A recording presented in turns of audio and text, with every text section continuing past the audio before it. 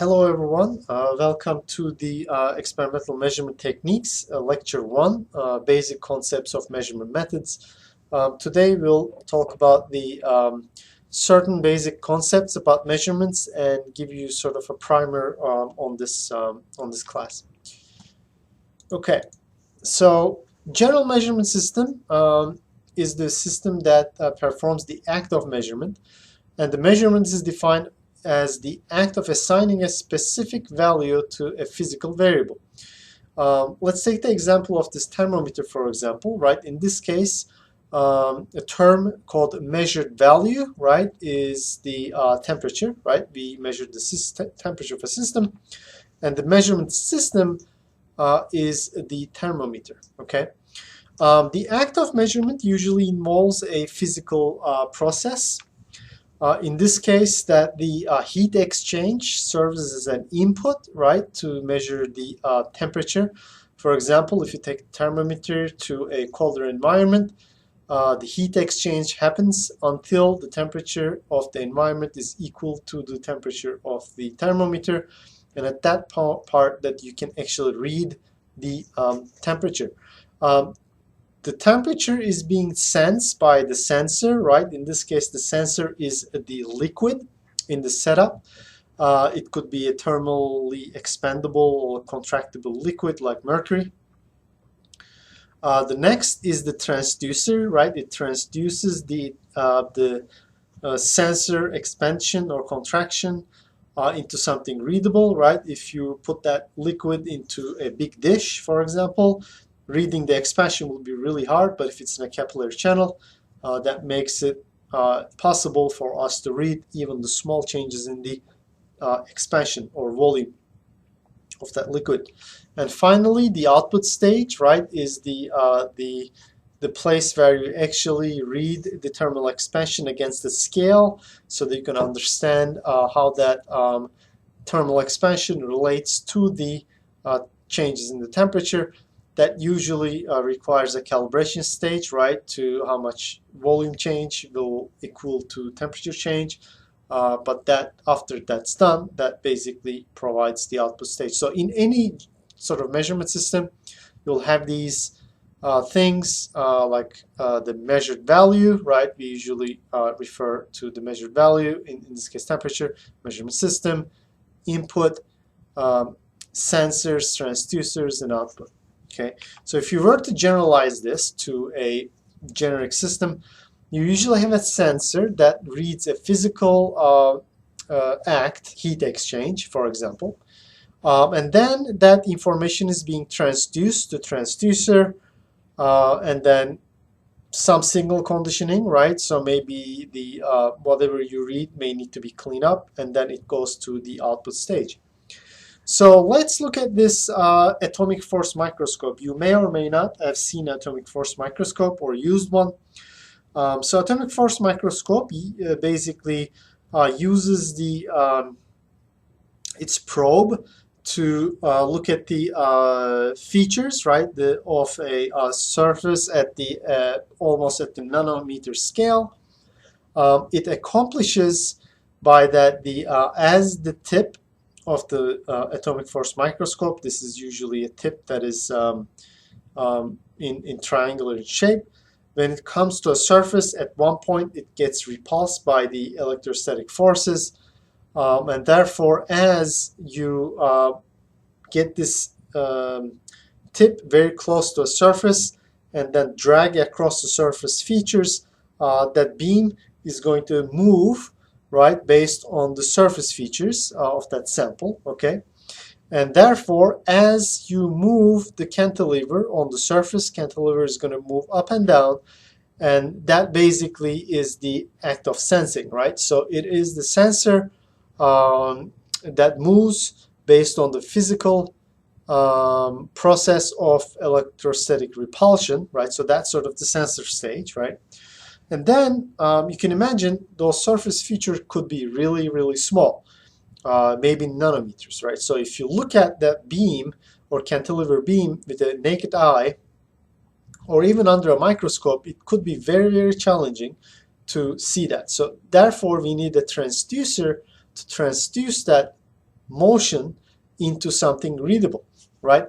In this case, a deflection laser, as you can see by my mouse, is the part that does the transducing. So how it works is that basically they shine a laser with an angle, right, to the beam surface, and that beam is then shown into a photodiode detector setup, right? And as the beam moves up and down, you'll see X and Y motions of the laser on that photodiode detector, right? So therefore, depending on what the deflection angle is and what the distance between the laser beam and the photodiode detector, you would get a large XY motions even if the motion of the cantilever beam is really small. So that basically transduces the cantilever beam motion to large and visible XY motions, right? So that's the transducer stage. And obviously, to understand what that XY motion means in terms of the deflection of that surface, you probably need to do some sort of calibration, right? So basically, you get some surface features that you know exactly what the surface features are. You move the beam across those features, read the photodiode XY motion of the laser, and then calibrate it to the known height of the cantilever beam change, right, motion change, and therefore you can condition your signal, and at that part that you can use the output of that as the motion of the cantilever beam to an unknown sample. So basically, this analogy could be expanded to any other measurement setup or any type of measurement system, but generally you have the sensor, you have a transducer, and transducer and sensor basically used together to calibrate the sample, which then carried into signal conditioning and eventually to output. Like in any measurement system, then you're going to have some input and output relationship, right, of your sensor, of your measurement system, right? So ideally, you want the physical input and then what you read on your transducer to be linear, right? It makes your life a lot easier. Sometimes it is nonlinear. And sensitivity is basically a sort of a measure of that relationship, right? So if your sensitivity is linear, right? For example, if you have input and output relationship of your sensor, right, and then you fit a curve, a function. If it's a linear curve, right, then your sensitivity is exactly the same at any given point because sensitivity relates to the slope of your curve, right? So that means that at any given input, your output will be linearly related to your output. However, if it is a nonlinear relationship, what it means is that the sensitivity of your system changes, right? For example, in the parts when it's linear, it's a linear one-to-one relationship, but if it becomes highly nonlinear, if it becomes 1-to-2, 1-to-3 relationship, so that means that the slope, which is the changes in x in relation to the changes in y, right, would basically change, and that's undesirable, but nonetheless, the term sensitivity is the slope of your input-output relationship curve. The range, on the other hand, is the maximum minimum range of operating ranges, right? It could be minimums and maximums for input and minimums and maximums of your output. Usually, those ranges are selected within the linear sensitivity range, and then those are the commercially available transducers for the most part. In this class, we will use mostly linear input-output relationships, and that linear relationship will be assumed. Okay, and the resolution is the smallest value that can be discerned by your system, usually the least significant digit. It usually is affected by the internal electronics and other some sort of physical limitations of the setup. Okay, so we measure something using a measurement system, right? And we want to know how good that measurement is, and that's sort of the heart of this class, right? We want to understand what are the errors and then the problems associated with the measurement and how good are measurements, right? As an engineer, it's our job to put a number of that question, meaning that how good is my measurement, right? Let me give you an example. So what is the miles per gallon of your car? Simple enough, right? You just read the miles per gallon indicator on your car panel, right? And then you'll be able to know. Easy. But let's think about it, right? How many steps you need to take to get there, right? For a if you drive a car without a dashboard, right, or have the electronic thing, right? First, I need to go to a gas station, right? Get a 1 gallon of gas, for example, right? First of all, I need to go to my car's, right, the gas indicator, and look at where my gas was before I go to the gas station, right? So I mark that, okay, so that's one. Then I go to the pump and measure 1 gallon of gas. At that point, I'm relying on the sensors on that tank, right? So that's the uncertainty associated with that, but let's say it's certain. And then I go back, right, to my car and then mark where that gas has been increased, right? Because that's a 1 gallon mark between before and after I put the 1 gallon of gas. Then I drive, right, until that mark goes back to the initial mark location, right? And while I'm doing that, I'm going to rely on the tachometer of my car to tell me how many miles that I've driven, okay? So then, at this point, at least 3 measurements have to be made, right? The movement of the gas indicator, right, pin, right? So that's number 1. The measurement of the gas at the gas pump, right?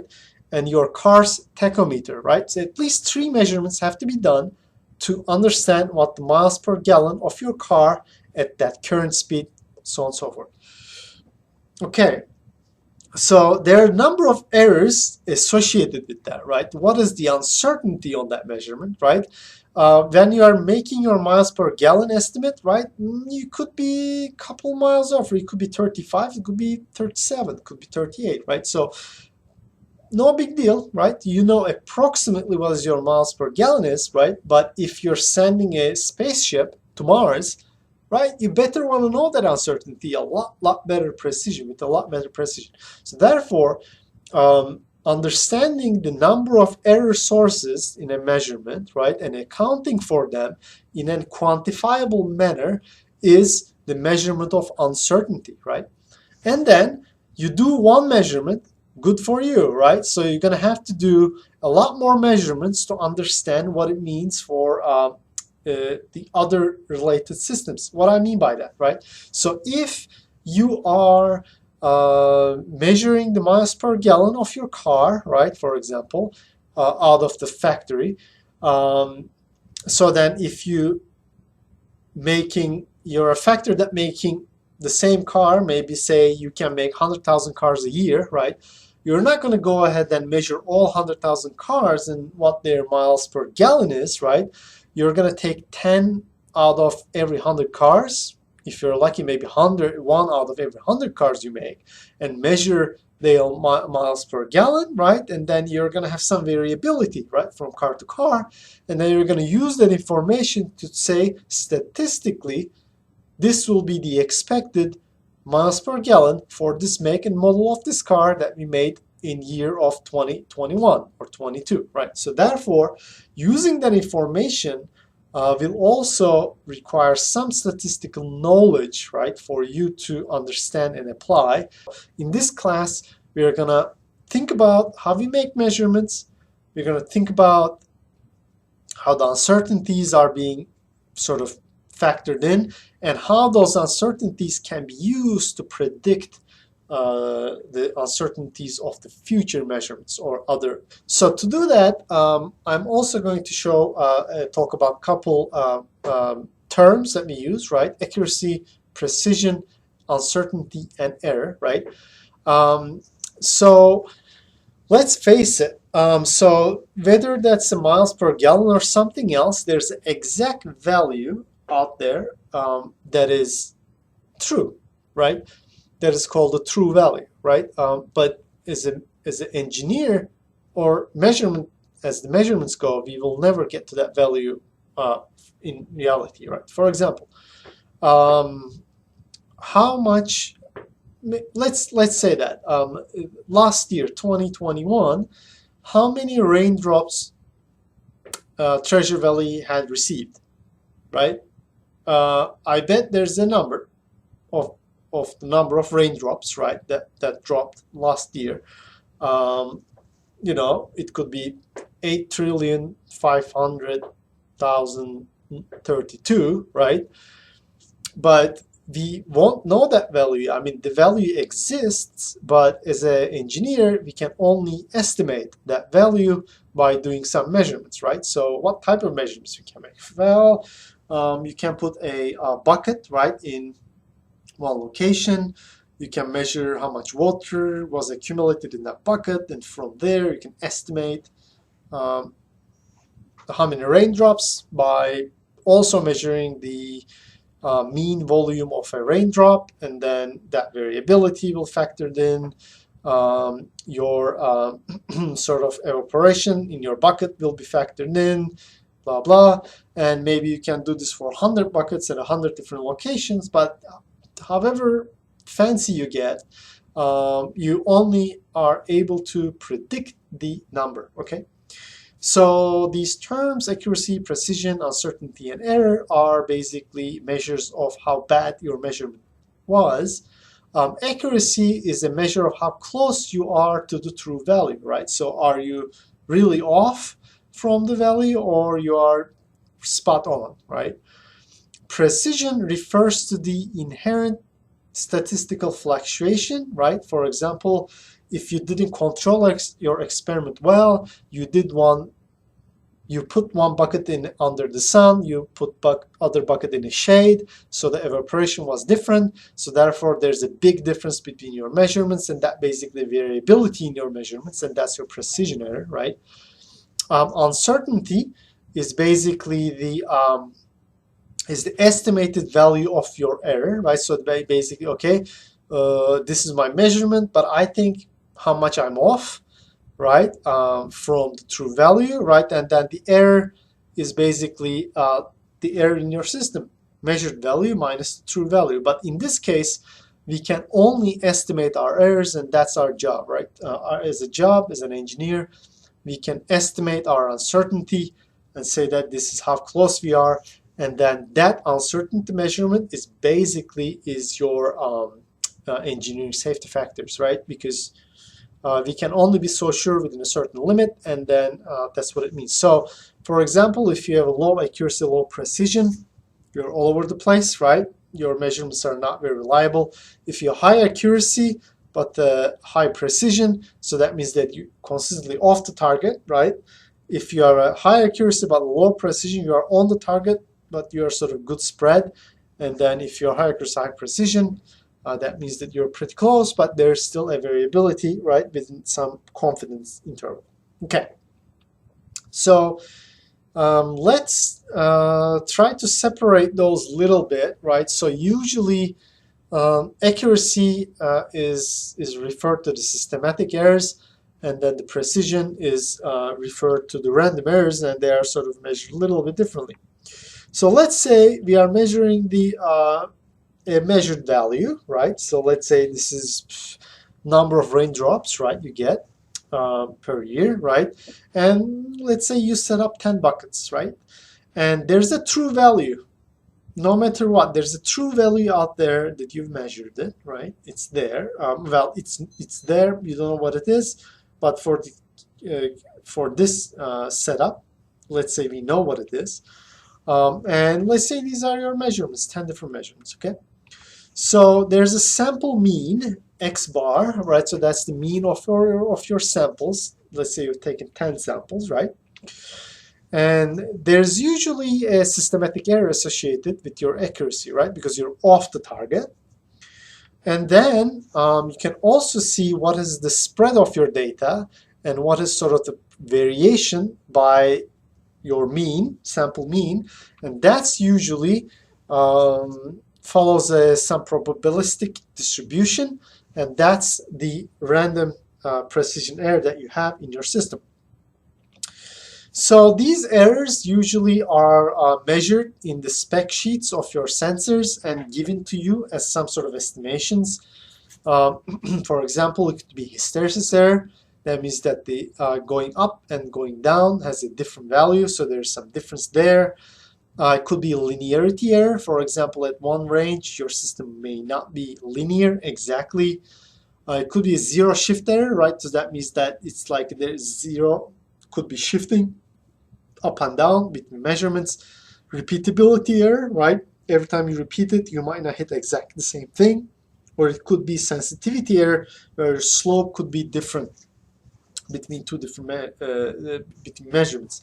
So in generally, these are the type of errors that you associate with the sensors, and hopefully this class gave you some sort of understanding of what the different terms that we use in this class as well. Okay, enjoy your semester, and don't forget to watch the rest of the videos. Thank you.